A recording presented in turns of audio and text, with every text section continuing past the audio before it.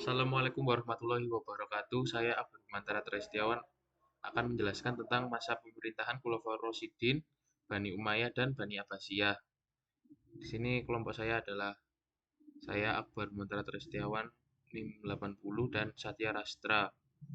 Langsung saja, Khulafaur Rasyidin. Khulafaur Rasyidin terdiri dari 4 khalifah, yaitu yang pertama Abu Bakar As-Siddiq, yang kedua Umar bin Khattab, yang ketiga Utsman bin Affan, dan yang keempat Ali bin Abi Thalib. Sistem pemerintahan pada masa Abu Bakar As-Siddiq yaitu salah satunya adalah proses pengangkatan khalifah melalui kesepakatan kaum Muhajirin dan Ansor karena melihat kekosongan kursi kepemimpinan. Yang kedua, pemilihan Abu Bakar dilakukan di Sakifah Bani Saidah. Dan yang ketiga, Nabi tidak memberikan wasiat apapun tentang pengganti sesudahnya. Nah, jadi Abu Bakar As-Siddiq ini langsung dipilih langsung dipilih dengan keputusan umat Islam. Selanjutnya, kebijakan politik pada masa Abu Bakar. Yang pertama, pengiriman pasukan di bawah pimpinan Usamah ke Romawi, memberantas pembangkangan zakat, perang Riddah dan pengumpulan Al-Quran, perluasan wilayah ke Irak, Syria, Irak, memerangi nabi palsu, dan yang terakhir kekuasaan bersifat sentralistik, legislatif, eksekutif, dan yudikatif yang dipegang langsung oleh khalifah. Nah, beliau wafat karena sakit dan mewasiatkan agar Umar menggantikan sepeninggalnya. Yang ketiga, Umar bin Khattab. Umar memerintahkan selama 10 tahun. Ia memerintah berdasarkan surat wasiat dari Abu Bakar. Dan ketika Abu Bakar sakit, yang menggantikan Imam Sakat ditunjuk Umar. Kebijakan politik yang dikeluarkan Umar bin Khattab antara lain perluasan wilayah, administrasi pemerintahan, dan penataan kota.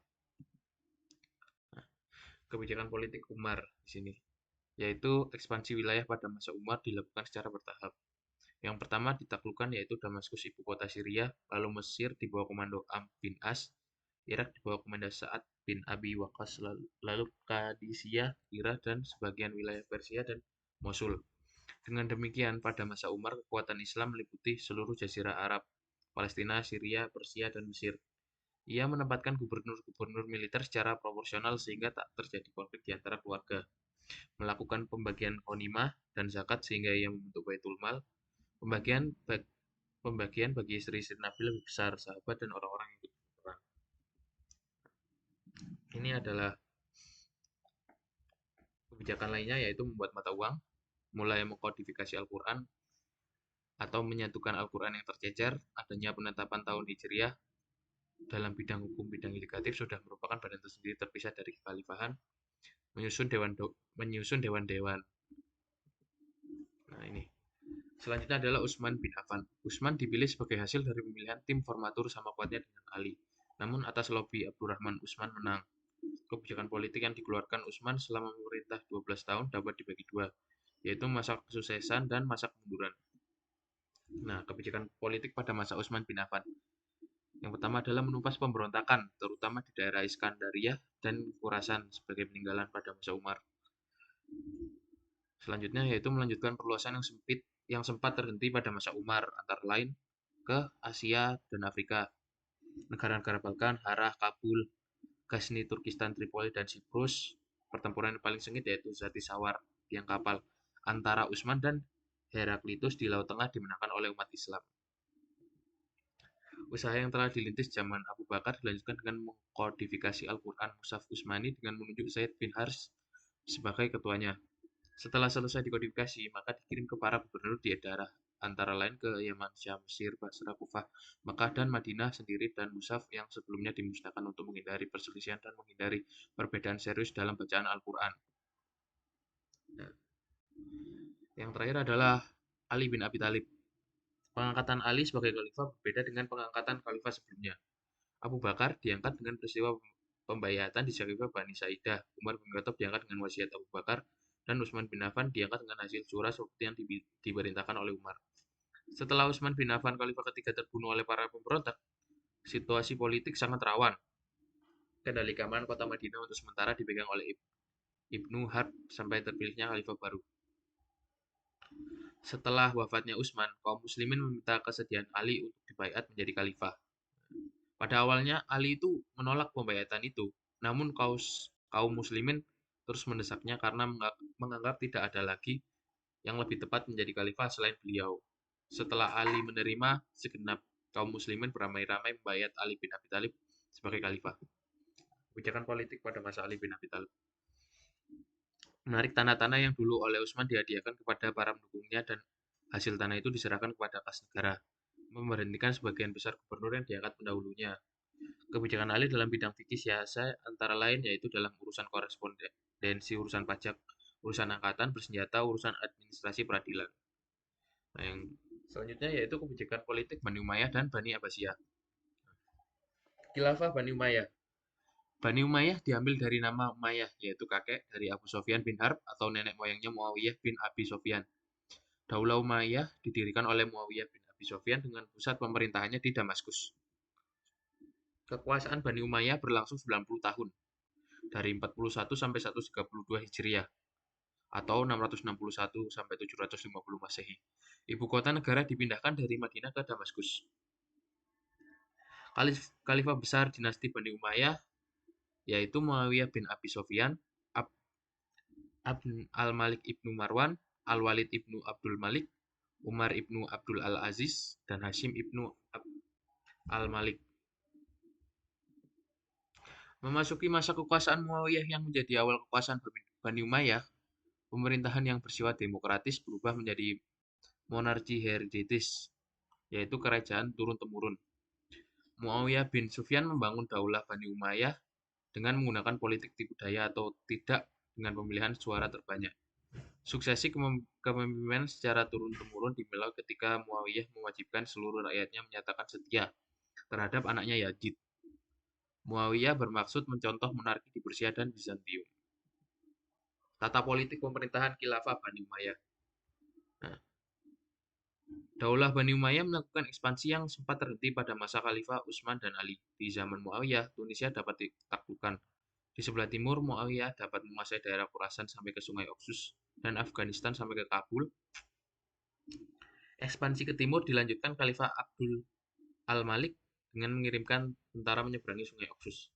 Ekspansi ke barat secara besar-besaran dilanjutkan Al-Walid ibnu Abdul Malik dan menjadi masa ketentraman bagi umat Islam. Kemudian peperangan terhenti karena Yazid wafat dan tentara Bani Umayyah kembali ke Damaskus. Lanjut. Khilafah Bani Abbasiyah. Dinasti Abbasiyah berkedudukan di Baghdad. Secara turun-temurun kurang lebih 37 khalifah pernah berkuasa di negeri ini. Pada masa ini, Islam mencapai puncak kejayaannya dalam berbagai bidang. Kebangkitan kekuasaan Abbasiyah yaitu saat jatuhnya negeri Syria berakhirlah riwayat dinasti Bani Umayyah. Tata politik dan pemerintahan Khilafah Bani Abbas. Berdasarkan perubahan pola pemerintahan non-politik, masa pemerintahan Abbas menjadi 5 periode, yaitu periode pertama 132 Hijriah sampai atau 750 Masehi sampai 232 Hijriah atau 847 Masehi disebut periode pengaruh Persia pertama. Periode kedua 232 Hijriah atau 847 Masehi sampai 334 Hijriah atau 945 Masehi disebut masa pengaruh Turki pertama. Periode ketiga 334 Hijriah atau 945 Masehi sampai 447 Hijriah atau 1055 Masehi disebut masa pengaruh Persia kedua. Periode keempat disebut masa pengaruh Turki kedua. Periode kelima masa khalifah bebas dari dinasti lain. Pada periode pertama, pemerintahan Bani Abbas mencapai keemasannya. Secara politis, para khalifah begitu kokoh. Di sisi lain, kemakmuran mencapai tingkat tertinggi.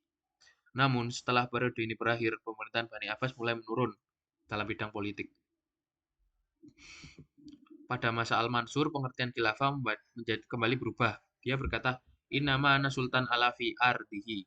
Sesungguhnya saya adalah kekuasaan Tuhan di buminya. Dengan demikian, konsep khilafah dalam pandangannya berlanjut ke generasi sesudahnya yang merupakan mandat dari Allah. Di samping itu, Khalifah Abbasiyah memakai gelar tahta. Selanjutnya pada periode 2, 3, 4, kekuasaan politik Abbasiyah sudah mengalami penurunan, terutama kekuasaan politik sentral. Hari ini dikarenakan negara-negara bagian sudah tidak menghiraukan pemerintah pusat, kecuali pengakuan politik saja. Pada periode 750 sampai 847 Masehi, seluruh kerajaan Islam berada di bawah kekuasaan para khalifah, kecuali di Andalusia. Adapun para khalifah yang memimpin pada ini sebagai berikut: Abul Abbas As-Safa, Abul Ja'far Al-Mansur, Abdullah M. Al-Mahdi, dan seterusnya. Peradaban Bani Abbasiyah. Pada masa dinasti Abbasiyah, peradaban Islam mengalami puncak kejayaannya. Perkembangan ilmu pengetahuan sangat maju. Pengembangan ilmu pengetahuan diawali dengan penerjemahan naskah-naskah asing, terutama dari bahasa Yunani ke bahasa Arab. Kemajuan peradaban Abbasiyah disebabkan oleh stabilitas politik dan kemajuan ekonomi kerajaan yang pusat kekuasaannya terletak di Baghdad. Nah, kemunduran Khilafah Bani Abbasiyah. Dalam periode 2, kekuasaan politik Abbasiyah mulai menurun. Wilayah-wilayah kekuasaan Abbasiyah secara politis sudah mulai cerai-berai. Ikat-ikatan mulai putus satu persatu antara wilayah-wilayah Islam. Di wilayah barat, Andalusia, dinasti Umayyah telah bangkit dengan mengangkat Abdurrahman Nasr menjadi Khalifah Al-Mu'minin. Di Afrika Utara, Syiah Ismailah bangkit dan membentuk dinasti Fatimiyah dengan mengangkat Ubaidillah Al-Mahdi menjadi Khalifah, dan kota Mahdiyah dekat Tunisia dijadikan pusat kerajaan. Sehingga pada periode abad ke-10 Masehi, sistem kekhalifahan akhirnya terpecah ke dalam 3 wilayah: Baghdad, Afrika Utara, dan Spanyol. Faktor kemunduran Khilafah Bani Abbasiyah yang pertama adalah pertentangan internal keluarga. Di dalam pemerintahan terjadi konflik keluarga yang berkepanjangan. Ribuan orang terbunuh akibat peristiwa Al-Mansur melawan Abdullah ibnu Ali, pamannya sendiri, Al-Amin dan Al-Ma'mun. Al-Mu'tasim melawan Abbas ibnu Al-Ma'mun. Yang kedua adalah kehilangan kendali dan munculnya daulat-daulat kecil. Faktor kepribadian yang sangat menentukan pula keberhasilan seorang pemimpin. Kelemahan pribadi di antara Khalifah Abbasiyah mengakibatkan kehancuran sistem khalifah, terutama karena mereka terbuai dalam kehidupan mewah sehingga kurang memedulikan urusan negara. Sekian presentasi dari kelompok kami. Kalau ada kesalahan kata, wassalamualaikum warahmatullahi wabarakatuh.